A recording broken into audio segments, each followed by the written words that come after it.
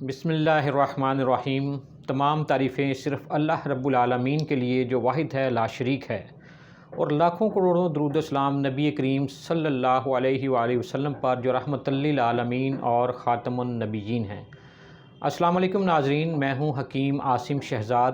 آج کے پروگرام میں ہم جس اہم ٹاپک پر بات کریں گے وہ ہے ٹھنڈے مزاج کے مریضوں میں جراثیم کی کمزوری، یعنی ٹھنڈے مزاج والے مریضوں میں بے اولادی، اولاد پیدا کرنے والے جراثیم کی جو ہے کمزوری، اس کے بارے میں آج ہم بات کریں گے۔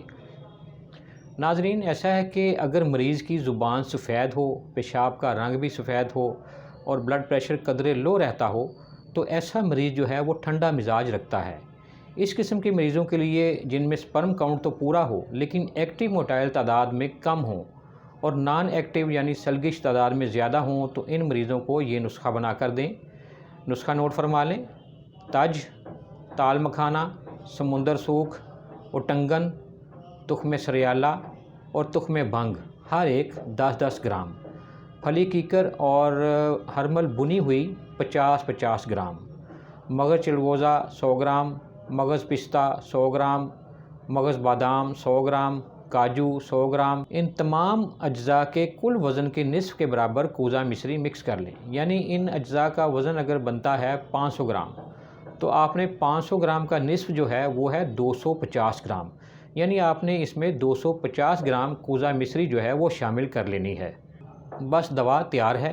ایک چھوٹا چمچ صبح نہار اور دوپہر کھانے کے 1 گھنٹے بعد 1 چمچ، اسی طرح رات کھانے کے 1 گھنٹے کے بعد 1 چمچ دودھ کے ساتھ لیں۔